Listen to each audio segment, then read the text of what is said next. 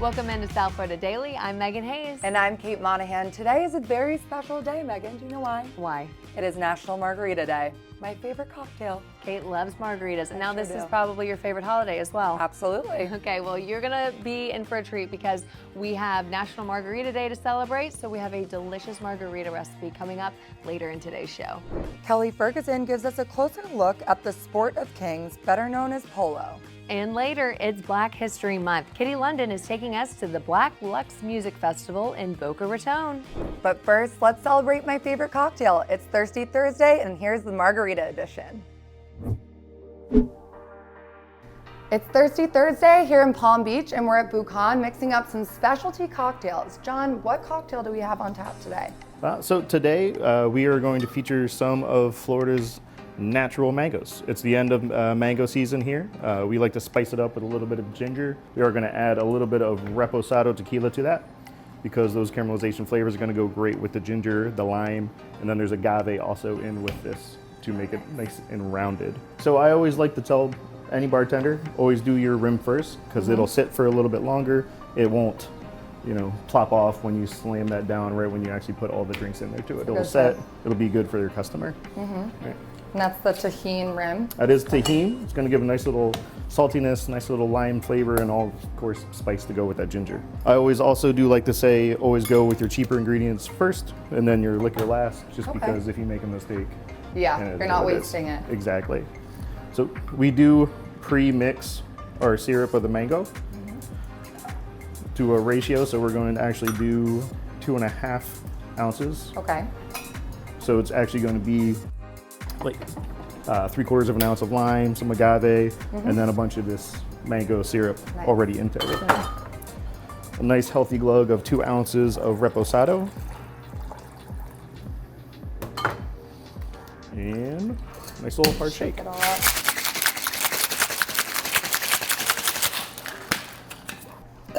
Is it always made with the reposado, or can you make it with blanco tequila as well? Per guest, they can make anything they need to. Okay. But with the reposado, I always love it with agave because it just goes really well.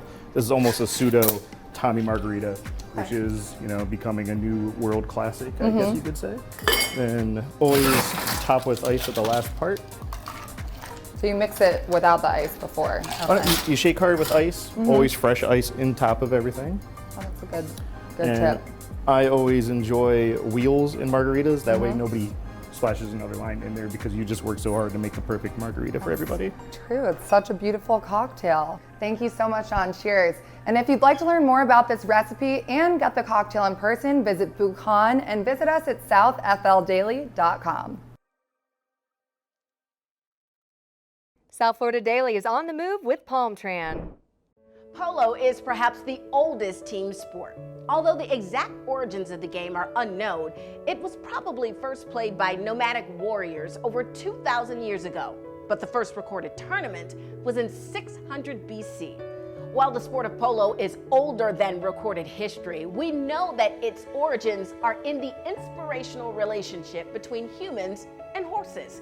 This special bond and the unique blending of athletic talents between horses and riders have helped polo evolve into the sport of kings. Well, polo's exciting. It has a lot of cachet, but it has an element of danger to it. It's the oldest organized team sport still in existence. So it has a tremendous history and it's evolved a lot over the years. And right now you have the best polo players in the world coming into our area to participate. And it really just doesn't get any better than that. Playing polo is getting on a horse and playing a sport with an animal, with a living, breathing being beneath you. And that partnership, that friendship, that loyalty that you need to develop is really something special, and it's really difficult to explain. There's a level of confidence and loyalty that you have in your horse that really makes it a special sport. Polo is a complex sport with its own vast vocabulary. Between the polo lingo, the mixture of languages, and traditional Persian words, it can be difficult to understand what's actually being said. There are a lot of sort of idiomatically unusual words used in polo. There's probably some words I can't say on TV. It's a very intense sport, so there's a whole vocabulary of Spanish curse words that are used in polo that I'm not going to get into. Yeah, there's a lot of words line, like the line of the ball, which forms the right of way. There's terms like the knock-in. Man, which is the other player.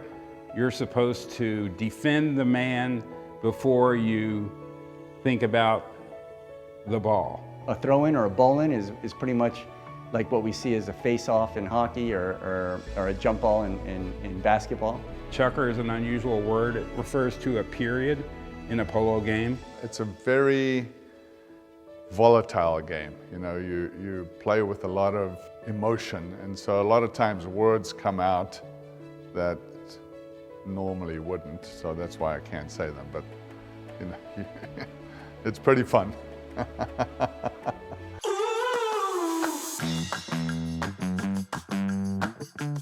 Held at the National Polo Center in Wellington, North America's only high-goal polo venue, the International Gay Polo Tournament draws top GPL players and avid spectators from around the globe for a weekend of grand horseplay. Mixing one part serious competition and one part lighthearted party, this event is all about sharing a love for adventure, fun, and the challenging sport of polo. Created to generate awareness and to move the needle forward for the LGBTQ+ athletes, this event works to ensure athletes not only have the same opportunities, but also a safe place to learn, grow, and excel in their sport. The Gay Polo League works to create an atmosphere that affirms and supports the understanding and acceptance of all individuals, regardless of race, sex, gender, sexual identity, or sexual orientation, and works to promote goodwill and camaraderie in the community. The tailgating scene is just as competitive as the polo action, with spectators creating elaborate themed parties, and the party only stops when the last bottle of champagne has been popped. Oh, the tailgating's a hoot. Yeah, no, they have so much energy and it's always a fun time. So you talk about, you know, color and style, you'll see it out at the Gay Polo tournaments. Oh my God, it's fabulous! What happens at polo stays at polo.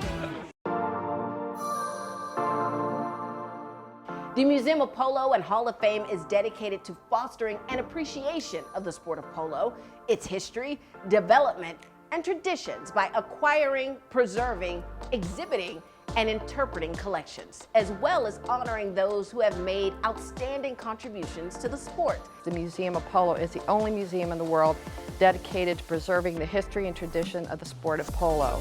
So it's quite a genuine jewel and resource for not just the polo community, but for the world over.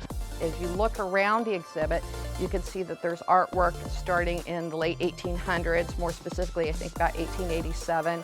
And we have all the eras of polo represented through art, recognizing the relationship of partners in polo, the man and the horse, honoring that unique relationship. And as you look around the room, going through the exhibit, you can see the change in style even as artwork evolves. So we represent different eras of the sport, and you can see through the artwork how it transitions into a more traditional type of posing and artwork and styles and gets more contemporary as you move around the room. You know, people forget that what they're doing today becomes tomorrow's history, and without preserving that, I don't think you have any continuity. You have to have that, I think, for an appreciation of what's going on around you. You know, it crosses time, it crosses generations, it crosses race and gender and everything else. I mean, polo is something that is to be celebrated by everybody.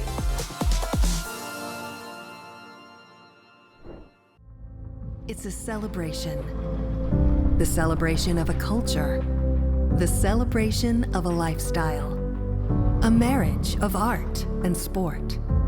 And the celebration of a majestic creature. A creature capable of not just elegance and grace, but of spirit and fire. Where a lifetime of dedication and perseverance in the quest for perfection is given a stage for the world to see. Experience the symbiosis of horse and rider, the intimate connection of animal and human.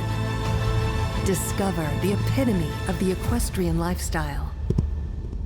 Discover the Palm Beaches, the perfect place. For more about the Palm Beaches, visit thepalmbeaches.com. Like these stories? Check us out on social at South FL Daily on Facebook and Instagram. That's where we post those great giveaways and behind the scenes footage. Don't miss out. We'll be right back. The South Florida Daily set is sponsored by El Dorado Furniture.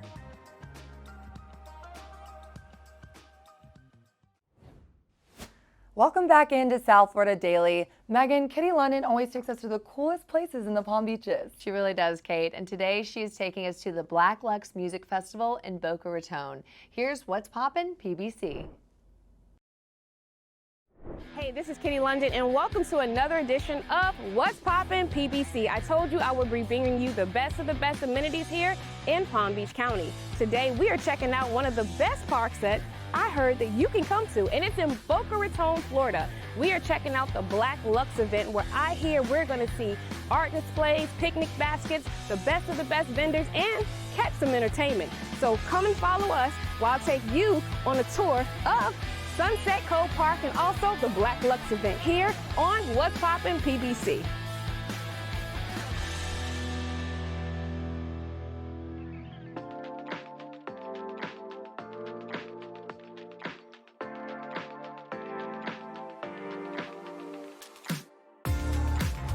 This beautiful Sunset Cove Amphitheater in Boca Raton near the water was a perfect setting for luxury picnic settings. I caught up with some attendees and one of the creators to see how they were feeling about the vibe. I am sitting next to the beautiful Charmaine, who is, I would call, one of the brain children behind this wonderful weekend here in Boca Raton. So let us know, Charmaine, what was the reason that you came up with such a wonderful event that was so impactful for our culture? The reason we wanted to cultivate this space and provide this atmosphere for our community to actually come together in unity, peace, to come together with a diverse group of people so that we all can be as one. Right. Now, the last time I had a picnic was never, right? Because I don't do the outdoors, obviously. You see the hair is blowing in the wind and we have this outside AC. But what was the reason for the picnic portion, for people to come around and gather and eat and greet each other? Because that's what family is about. Okay. Family is all about getting together, coming together, enjoying each other. And we're also giving the opportunity for everyone to just be in a space that is earthly and is just a nice vibe and a nice feel.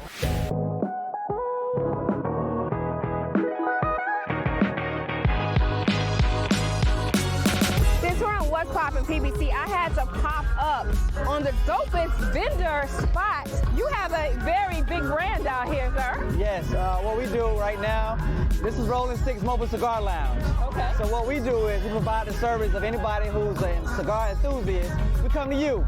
So if you're having a backyard boogie, you're having a private party, we come to you. We have the lounges, we have the cigars. You see, we have our own brand, our favorite, the Barber Pole. So we just try to enjoy, give everybody that sense of like, hey, this is what we do. This is Black ownership here. Me and my wife. So we're obviously, I said, in Boca Raton. Yes. We at the Cove Amphitheater, yes. And you are just doing your thing. Yes. So tell us really quick, how can we reach you? And also, too, what was the thing? Do you like to smoke? Is this the reason? Or okay, you do. Okay. Well, of course. I got caught up in the whole cigar thing. I used to ride motorcycles, heavy. Okay. So as we do the different tours, the different rides.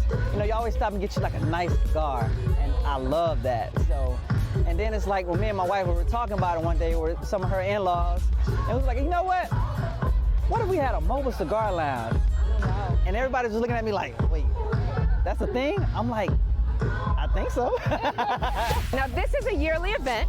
Absolutely. So you pick different parks around Palm Beach County. Last year you were at Boynton Beach, and now you're in Boca Raton. So what was that reason? Because I want to know, you upgraded as far as the size and space now. It's huge out here. That was the exact reason. Okay. The demand was high for the event, and we wanted, we were at the Boynton Beach Amphitheater last year, yes. And this year we wanted to ensure that we had enough space to provide you with enough, a different ambiance and a different experience.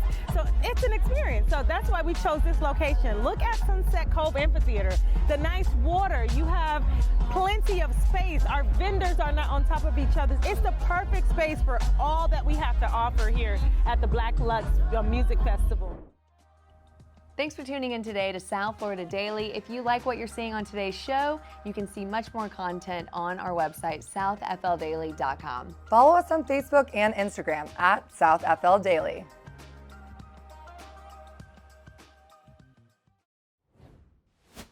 We're at Panther Ridge Conservation Center learning about how they're helping endangered big cats. I started Panther Ridge Conservation after a long experience having animals myself.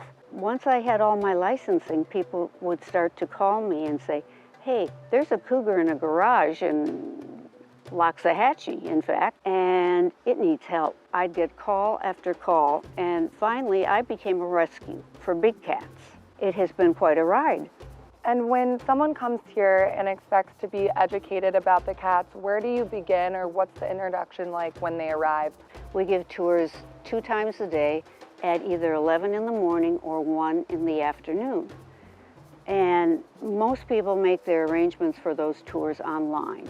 Then we start a tour, and the guide will walk off with the people that are there and start and do a huge loop around the territory. We have 10 different species here at Panther Ridge, which is more than many zoos have.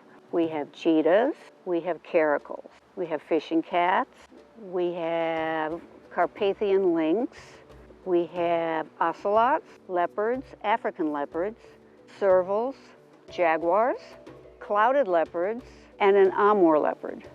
It's quite an assortment. Most of the cats that are here now are because of my arrangements with other organizations that are working on the genetics and the stabilization and growth of the genetic pool for a species. Indirectly, you're helping by taking a tour here. So the reach is far more than just South Florida. It is, and that's what we're striving for. It's so terribly rewarding. What types of events do you have here? Well, this time of year, we are just starting up our Twilight Tours, which is kind of an open house for us from 6 to 9 in the evening. That's the time when the cats are usually most active, and we have lights in their enclosures and lighted pathways, and we offer beer, wine, soda, sandwiches, dessert, and everybody seems to have a marvelous time. We have people who come every twilight. And do you have any particular favorite cat here on the property? No, I'm Nana. You can't pick favorite. Nana has to love all of them. I love them all, and I think you're going to love them too.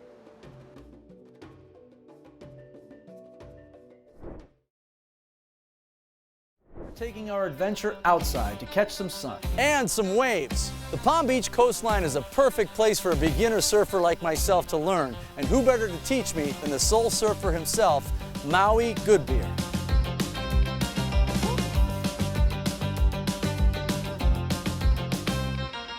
Arch your back and paddle strong. Long, deep strokes. When you arch your back, it plants you firmly on the board. Is it supposed to hurt? Okay, I just wanted to make sure. How long have you been at it? I've been at it for a long time. I started surfing about the teenage years in California. Yeah. I started Street Waves in 2008, and I do it as a promise to my younger brother. My younger brother was murdered by a 16-year-old gang member. Oh, wow. And at his funeral, I made a promise. And that promise was that I would do something to help inner city kids. Give back. I didn't really know what it was going to be. Yeah. I paddled out in South Beach one time, and it just came to me. You know, I've got to teach these children about the ocean to give them this opportunity. You know, most children are just misguided. Sure, you know? sure. And at Street Waves, we just guide them toward the ocean and let the ocean do the rest. Close to your body like that, yes. Okay. Arch your back. From there, we're going to do a pop-up. Oh, all right? Sure. So I'm going to just show you how that looks. And then I'll show you how it shouldn't look. How about that? How many kids have you taught over the years? So we've taught thousands of kids since 2008. Wow. Yeah. The commitment that it takes to surf really does build your confidence, your character, and your self-esteem. It's you against the ocean, you know? Right. And it's really the connection of nature that gives you that ultimate confidence. here, the beaches all throughout Palm Beach County, all the way down. Why are they so good for beginning surfing? Out here, it's a sandbar. The water's very shallow and warm, so it's a great introduction to the ocean. In my opinion, it's the best place in the country to learn how to surf. Look at that. It's right here. Way to go, Palm Beach County. That's All it. right. These are two kids that I'm really, really proud of. They're both about 16 years old. Both just recently became lifeguards. What does surfing mean to you in your life? I'm pretty sure surfing is like the best thing that ever happened to me, and I'm glad that I met Coach Maui and Streetways, and it's the best thing that ever happened to me. Feels good to have a passion and a purpose, doesn't it? Yes. Paddle, paddle, paddle, paddle, paddle, paddle, paddle. Wave is going. Oh, gosh, Push gotta up. hit that. Yes, Yeah. now you're out there. All right. Back to the tail. Yeah. And up. Oh. Yeah! Okay. Nice. All right. Awesome. That's not bad. That's not bad. Okay. South Florida Daily is on the move with Palm Tran. The Palm Beaches. The Palm Beaches. The Palm Beaches welcomes everyone.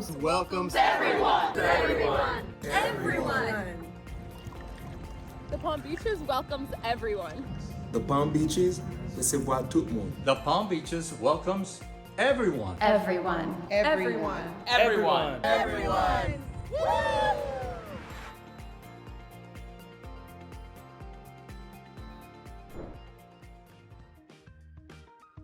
Fire up the grill. It's almost time for New Country 103.1's Rib Roundup. South Florida's favorite country music festival returns to I Think Financial Amphitheater in West Palm Beach Saturday, March 2nd.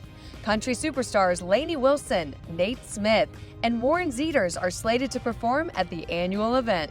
Grab some barbecue, dive into a delicious lineup of entertainment. The show starts at noon. We're giving away tickets to Rib Roundup on our Instagram page. Find us at South FL Daily. Look for the giveaway post to find out how you can enter for your chance to win. Good luck, and we'll see you at Rib Roundup.